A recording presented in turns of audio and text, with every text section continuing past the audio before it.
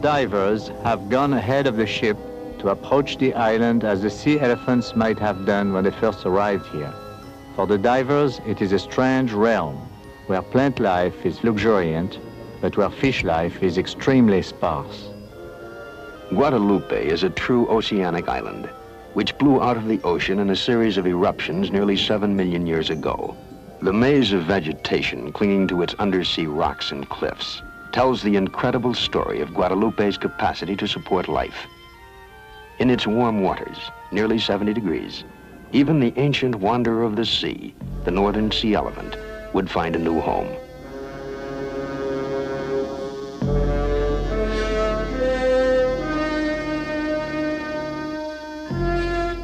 The origin of the sea elephant lies buried in time. Some believe that they first appeared on land as dog-like creatures. Later, they adapted to a life in the sea more than 20 million years ago. While the nomadic sea elephants came to spend more than 7 months of their life each year in the open sea, they would always be tied to the land to mate and bear their young.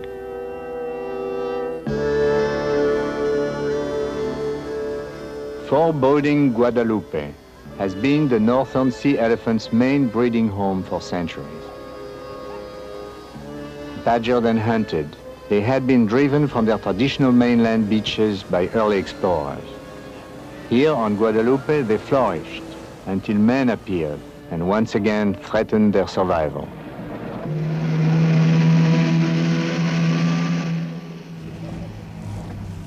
To minimize disturbance of the animals once on shore, Cousteau and his cameraman bring only a small landing party to the beach. Marine biologist Dr. Ted Walker, son Philippe, and crew member Raymond Canoë.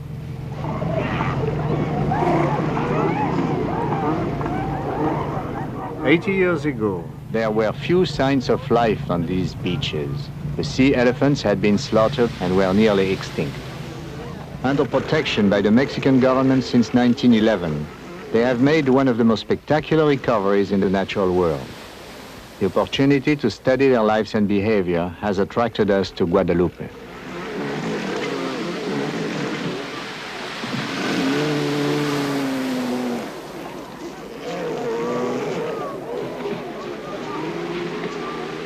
Most of this present generation of sea elephants have never seen a man before.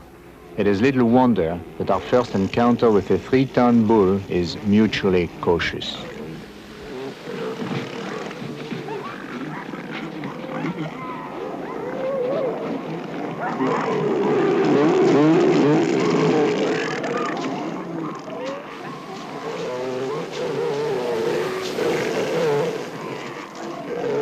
On the main beach, we are immediately struck by the overwhelming sense of crowding in the rookery.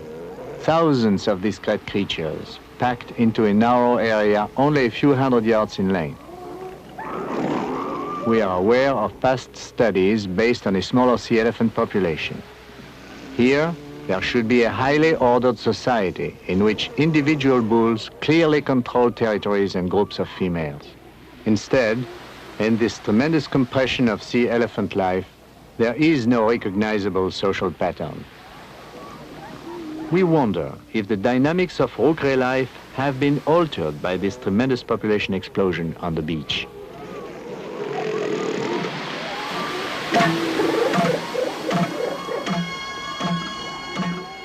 Out of some ancient genetic compulsion, the 3-ton beachmasters hurl threats across the Guadalupe rookery.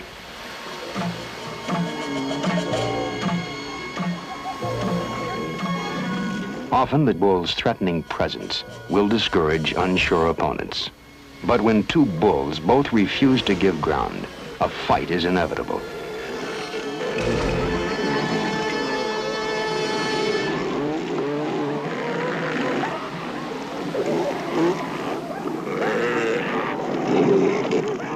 For as long as sea elephants have been coming on land to mate and breed, there have been fights between the bulls. Their combat is unpredictable, earth-shaking.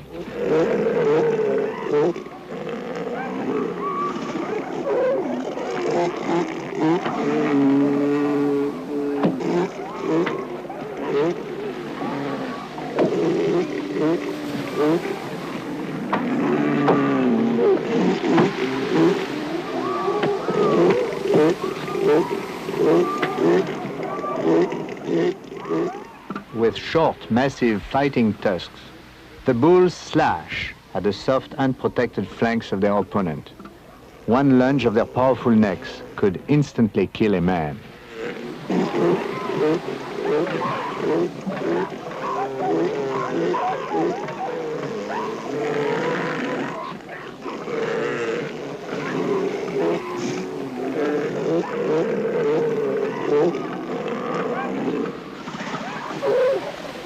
On land, combat becomes a test of strength and stamina.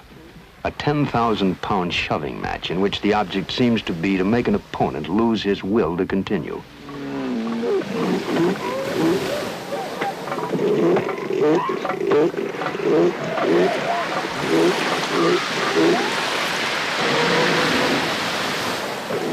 Here in the surf, while the nearby females show a total lack of interest, the bulls engage in even more brutal fighting than on land. But the blood that spatters their chests comes mainly from surface capillaries that burst after repeated bruising.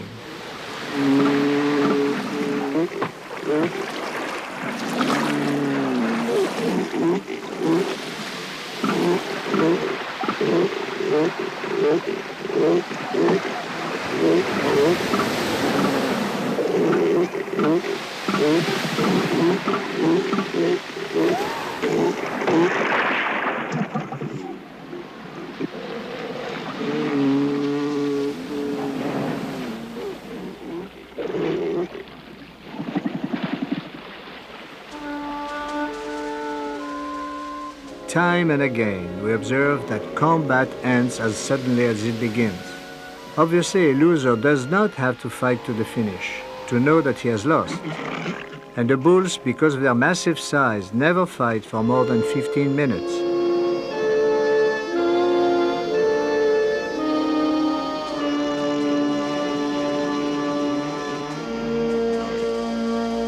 In less populated rookery life, victory meant dominance by a beach master over a harem for an entire breeding season.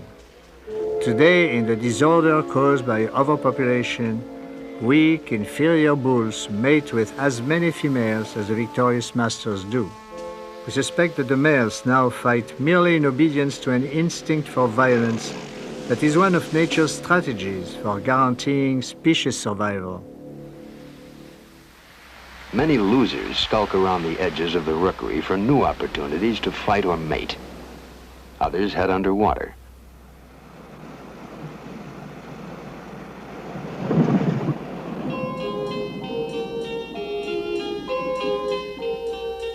Submerged, sea elephants become nearly weightless. Their huge size no longer is a liability. As beautifully adapted marine mammals, they are completely at home in the sea.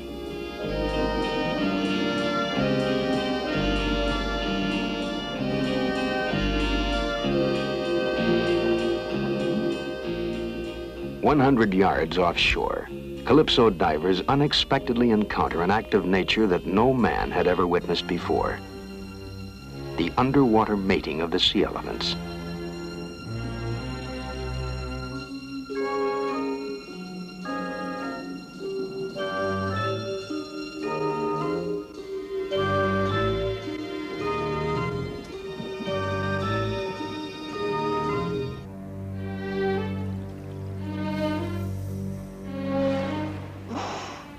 January 3rd, at an outer cove where both young and old bulls seem to gather, the divers decide to make their first attempt at close-up underwater photography.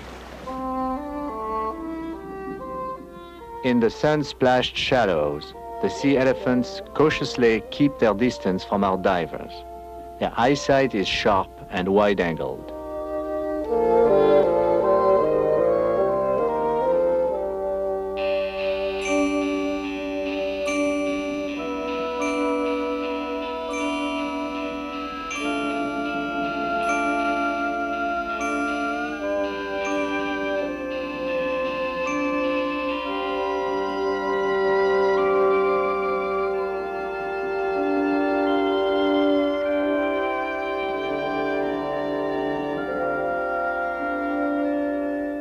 Near the mouth of an underwater cave, a bull is inadvertently cornered.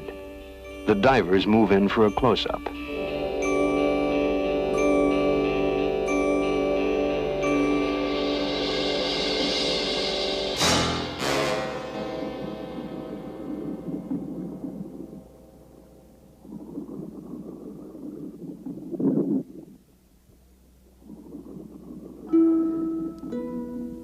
In the sea, man feels at the mercy of an alien environment. But our divers have learned through years of experience that unless they inadvertently threaten life, they are safe and secure, even from the most powerful animals of the underwater world.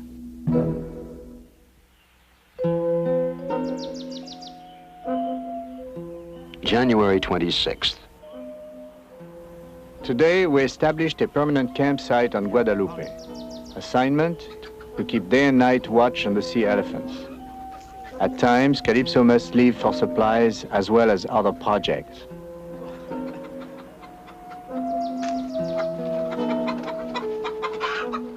The camp's location, several hundred yards from the main beach, is called Northeast Anchorage. In the 1920s, Mexican Marines were stationed here to protect the sea elephants from poachers.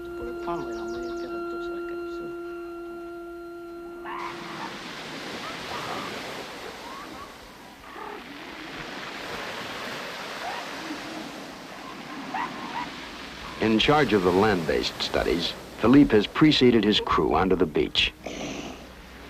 The time of mating in the rookery is at hand, and the bulls are already beginning to feel the mating urge. At such times, their tempers are characteristically short.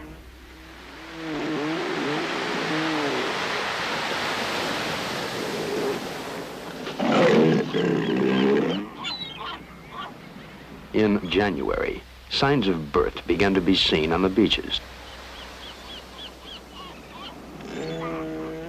Most births take place at night. For the cows, it marks the end of 350 days of gestation, mostly at sea. As they have done for centuries, they haul out on Guadalupe to bear their young. In recent years, their undisturbed annual birth cycle has created a tremendous population explosion on the beach.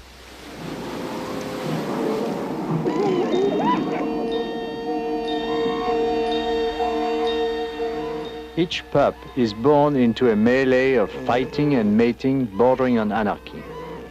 Contact with his natural mother is in immediate peril.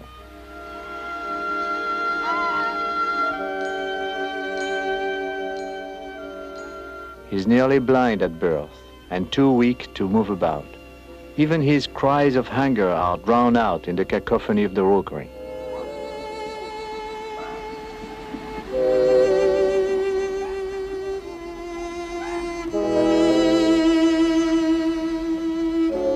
Approximately 1/3 of all newborn pups die before their first birthday, some from natural causes, but many others die because they become separated from their mothers within the first few hours after birth.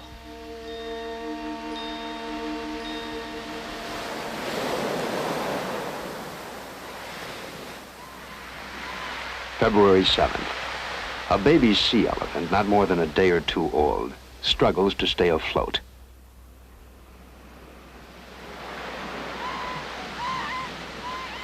Apparently swept into the sea by a high wave, he is not yet strong enough to swim.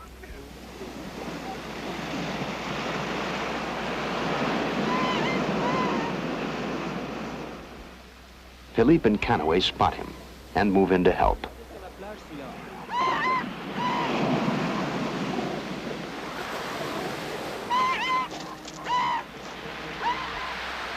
Even as a newborn, he weighs nearly 40 pounds. On close inspection, he seems unharmed. Unable to tell which is the baby's mother among the thousands of cows on the beach, Philippe decides to release him into the rookery and follow where he goes.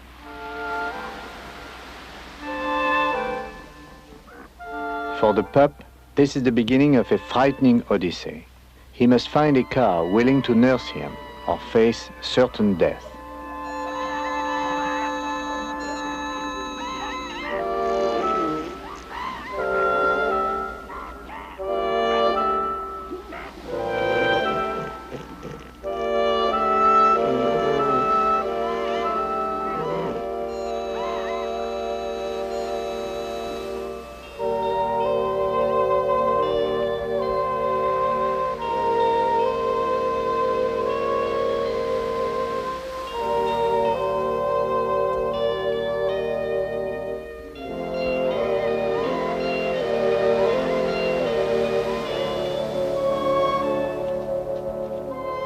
We know that cows, when they are ready to nurse, will suckle babies other than their own.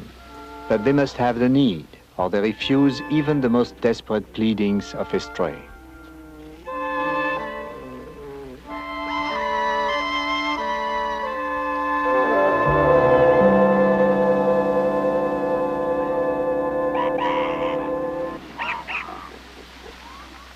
For some babies, crowding has had a beneficial effect, for a virtual milk bank now exists within the rookery. When cows feel the pressure to give up their milk, they merely turn on their sides and suckle any baby who is nearby. With undeveloped sight at birth, newborn pups use their noses to locate the nipples. The milk the pups consume, an estimated half a gallon a day, is extremely rich in fat. They must store it for sustenance until they are old enough to feed at sea, which still is more than 2 months away.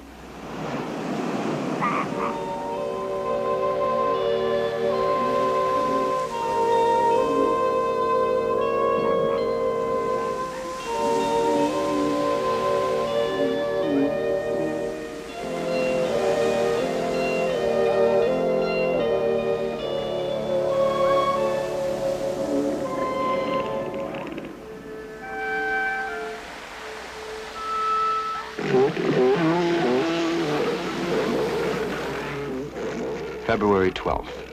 Philippe and Maurice hope to measure a newborn pup. Away from the bedlam in the middle of the rookery, they find the cows much more protective about their young.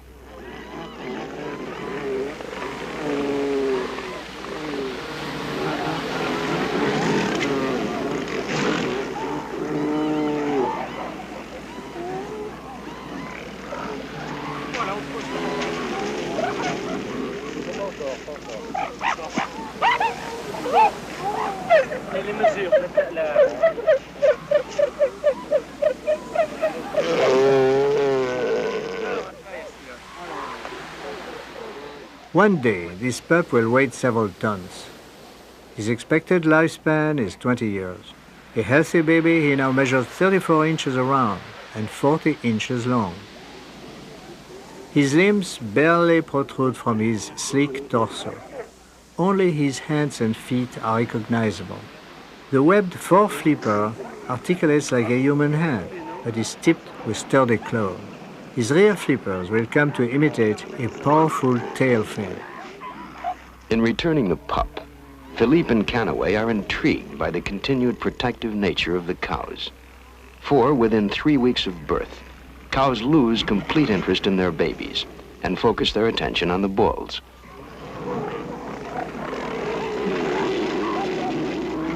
Responding to the seductive calls of the female, a bull heads into the frenzy of mating.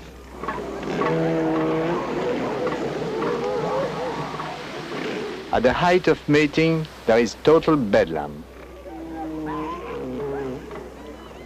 The old harem patterns have completely broken down. All mating relationships are strictly momentary, with neither sex showing fidelity of any kind.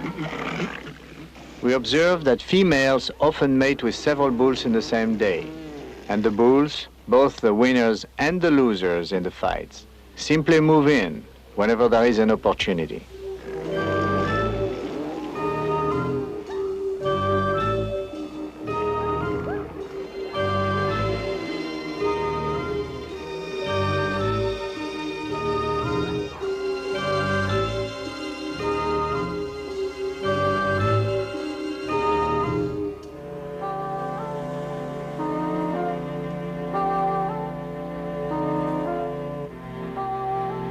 During the quieter moments of mating, these huge bulls embrace the females with their own kind of tenderness.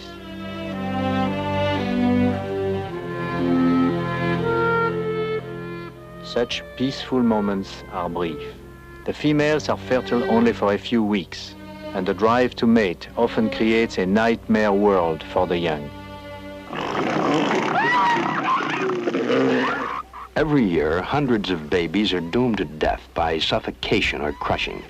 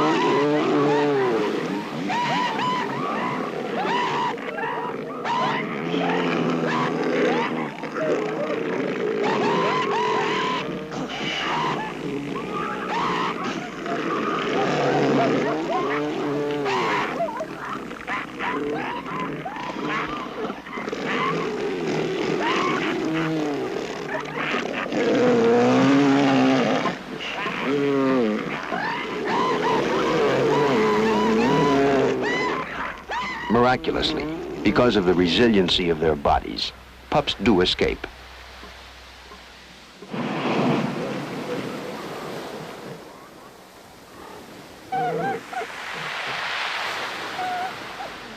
February 16th. The men spot a cow and baby in the surf.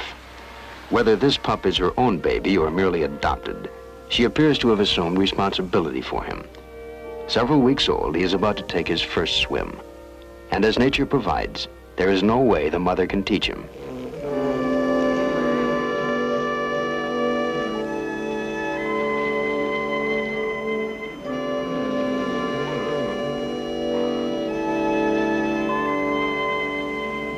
For any baby who has survived the first several weeks of Aucre life, this is the second most critical moment. He is born with the ability to swim, yet he must gain the strength and confidence to do it alone.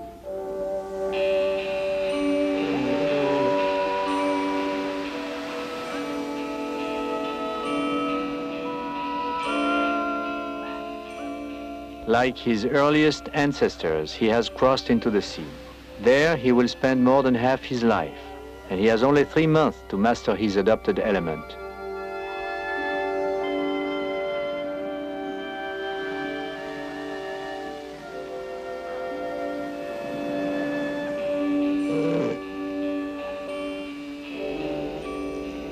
I cannot help but believe that a bond between this cow and pup does exist at this one crucial moment.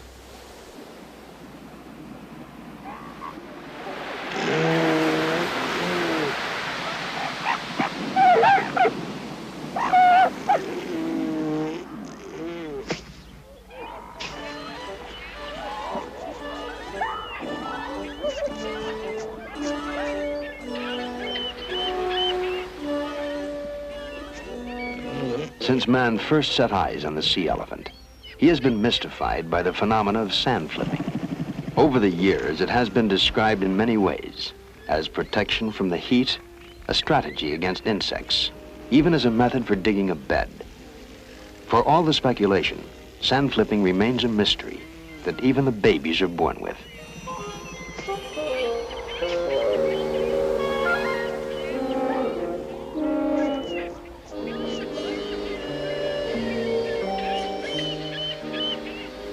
In spite of the sandstorm, Canaway wants to record the heartbeat of a cow.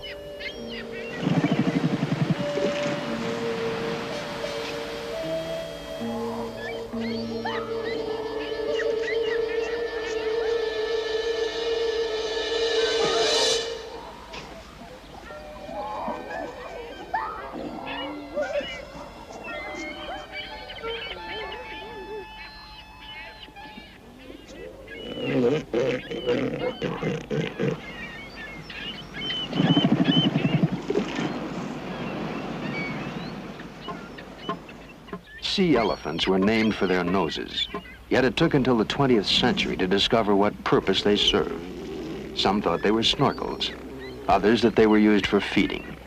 Crews on passing ships were convinced they served as natural foghorns by which the bulls called females onto the island. Today, observers agree they have only one major function, as resonators when bulls sound their threats before combat.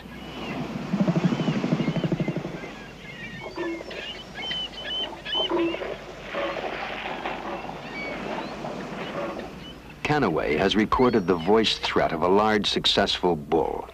He now tests whether played through a loudspeaker, the sound will evoke a belligerent response from other bulls.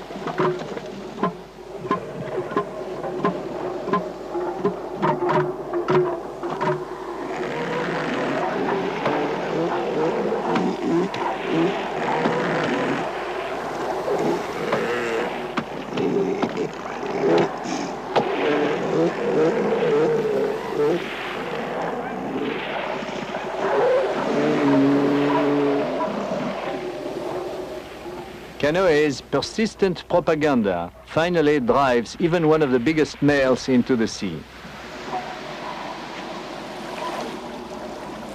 The recorded bull had more fighting guts than this bull on the beach.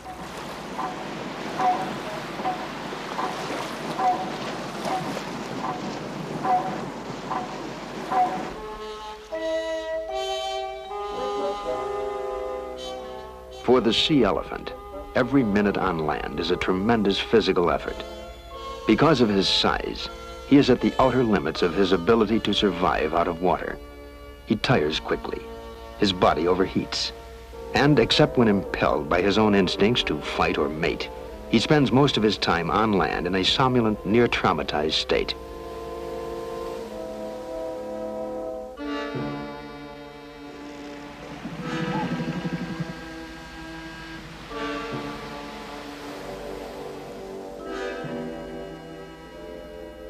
Cousteau and Walker believe that in the 19th century, this extreme limitation on land might have led to their demise. For against men, they stood no chance at all.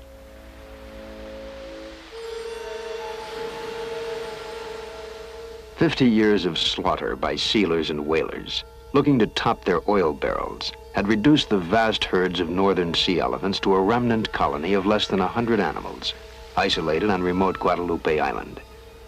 Even after they were given partial protection, they were plagued by scientists and museum staffs who came to take specimens for their zoos and laboratories.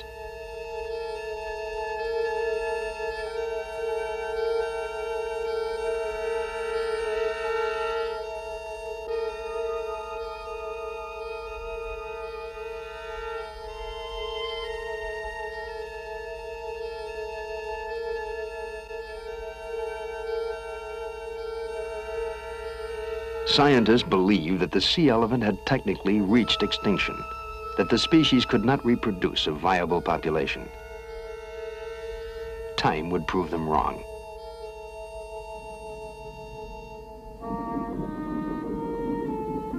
What the early census takers of the sea elephants could not know was how many of the animals were at sea.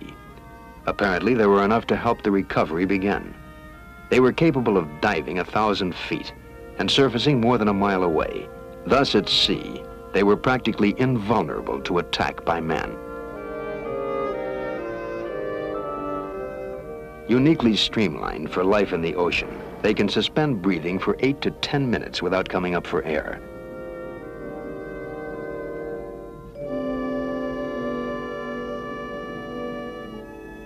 Unlike whales who have single horizontal tails, sea elephants have double hind flippers, vertically positioned. Each pushes the water in alternating strokes, with a motion like a double-tailed fish.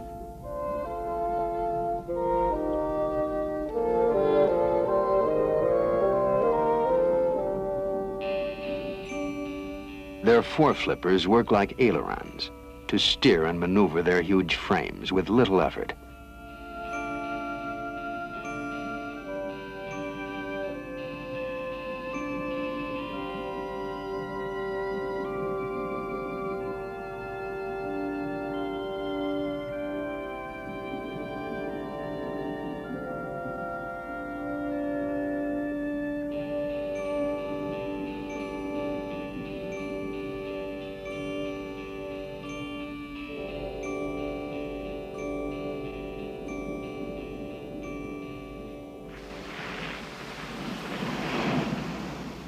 February 28th.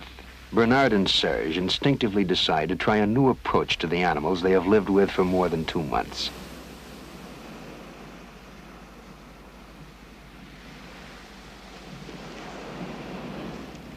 Instead of standing or kneeling as they have done before, they now approach the sea elephants on their own terms.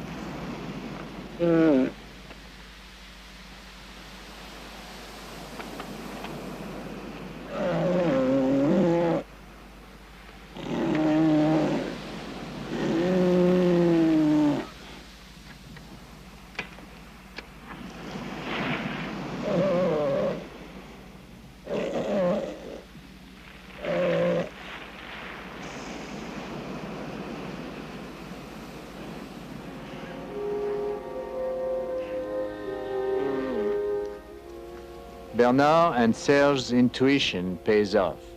For the sea elephant, anything vertical represents an enemy, anything horizontal appears friendly and female.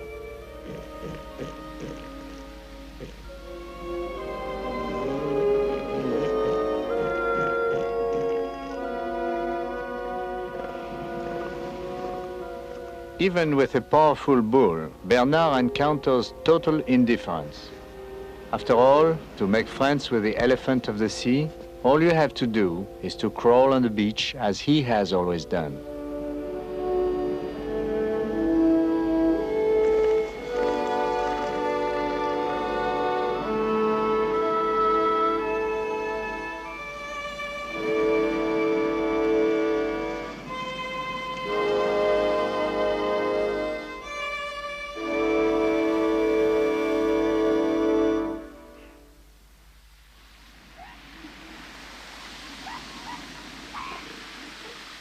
April 4th, late season on Guadalupe. The population has already thinned out. Many of those remaining on the beach are in the process of molting.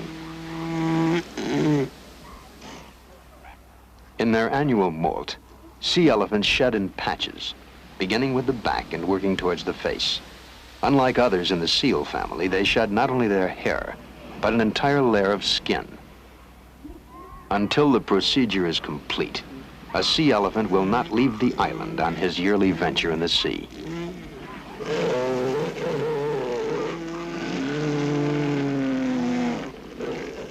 At the back of the beach, the 8 to 12-week-olds rely on their stored fat to sustain them until they are ready to go to sea.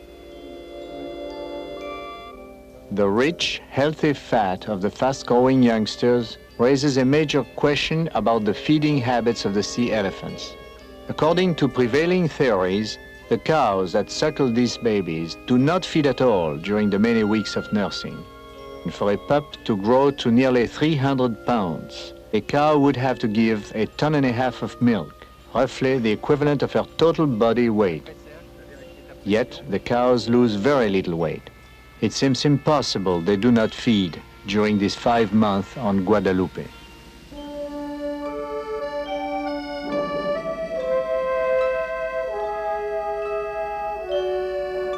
Cousteau and Dr. Walker suspect that while sea elephants are basically deep divers, they must also have close-in feeding places near the island.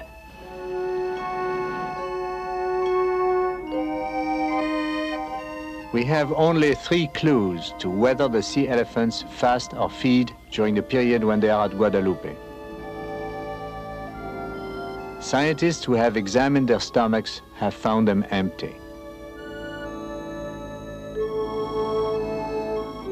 The Mexican fishermen claim that the Guadalupe sea elephant grazes on seaweed.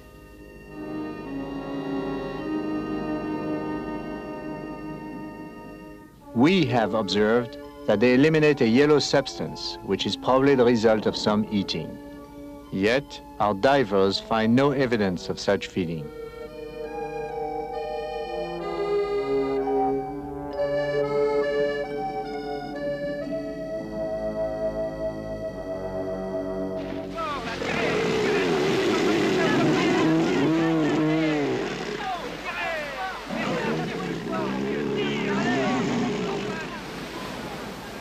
We decide to follow a sea elephant from shore in the hope that he will lead us to his feeding grounds.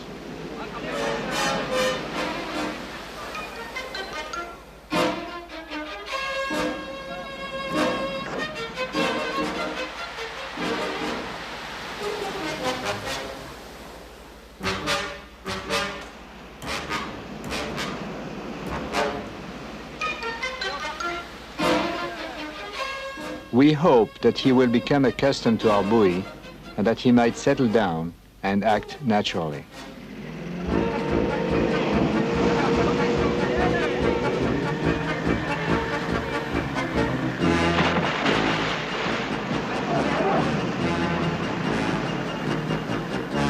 The sea elephant's notion about where to go does not necessarily coincide with ours.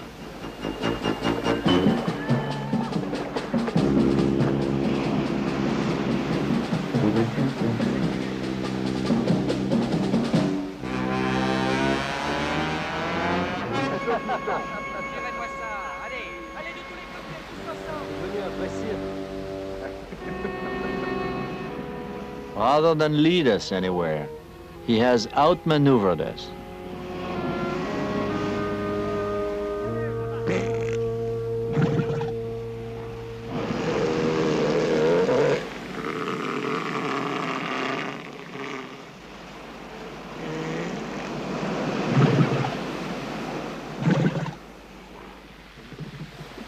Most of the remaining sea elephants in the rookery have moved down to the water.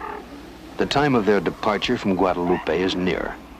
Except for the shoreline, the beaches are almost deserted. Movement off the beach has uncovered the incredible extent of death over the past 3 months, especially of the young.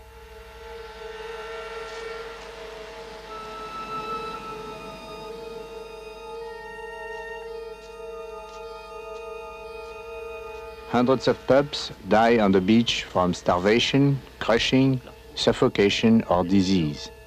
But it is in the vastness of the sea that the life of the adults usually comes to an end.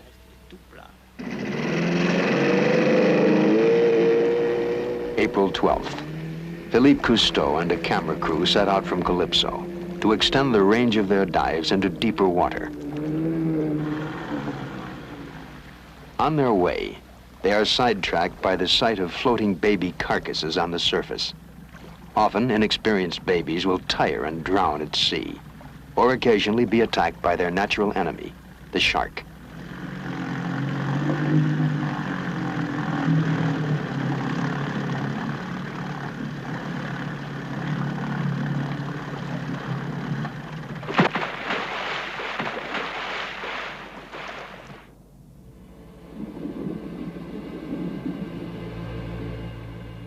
As the divers start down, a solitary predator appears through the gloom of the deep.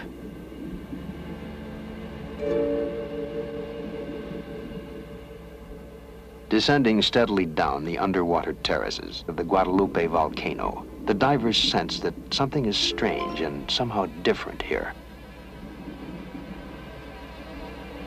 Suddenly, at 140 feet, Philippe discovers a shadowy realm of death.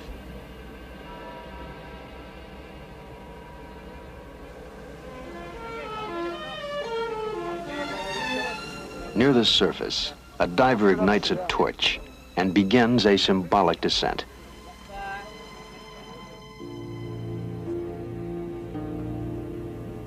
"25 fathoms below, on a stark underwater terrace, lies a world unlike anything we have ever seen before, the underwater graveyard of the sea elephants.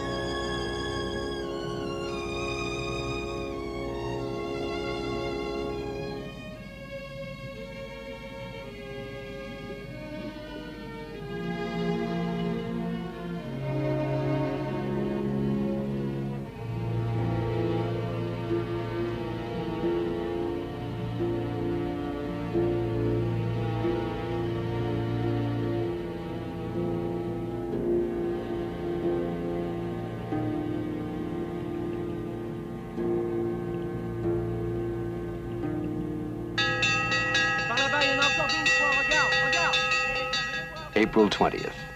Calypso's lookout spots several bulls surfacing for air in blue water. Beyond the perimeter of the island for the first time, they are at the start of their great yearly adventure at sea. The old, experienced bulls are the first to depart for the independence of the open sea. These avant-gardistes will soon be followed by the entire population of the island.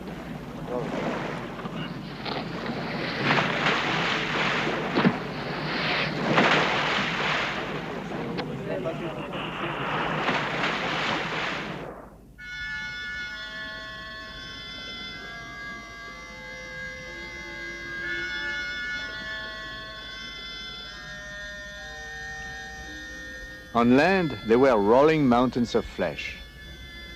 They are lively, fluid shapes under the sea.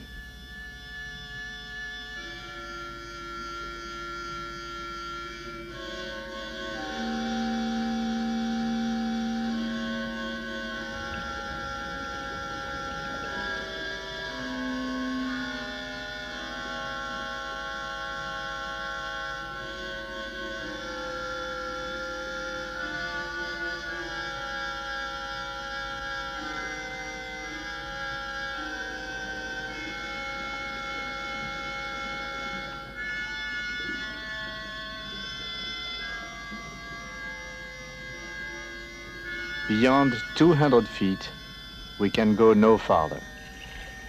How the sea elephants live, feed, and survive in their deep world remains a mystery.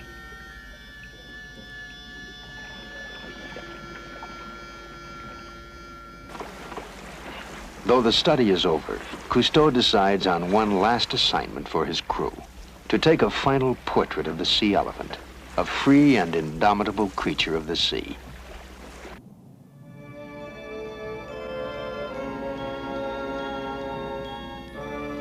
Elephant of the sea.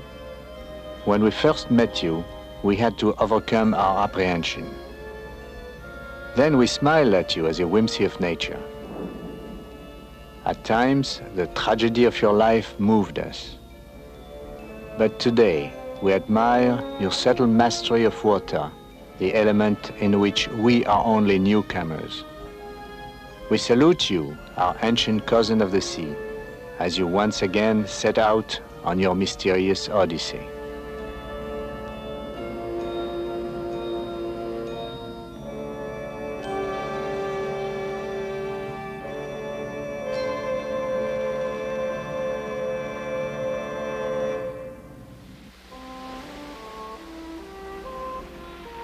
Today, our sea elephants have multiplied so rapidly that the tiny beaches of protected Guadalupe Island can no longer contain them. Gradually, the elephants of the sea are establishing new colonies on the beaches of their ancestors, now ranging as far north as Alaska.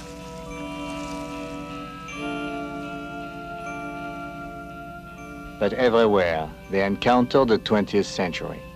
Oil pollution already is plaguing them on the offshore islands of California. Curiosity seekers are disturbing the fragile environmental balance on which their new communities depend.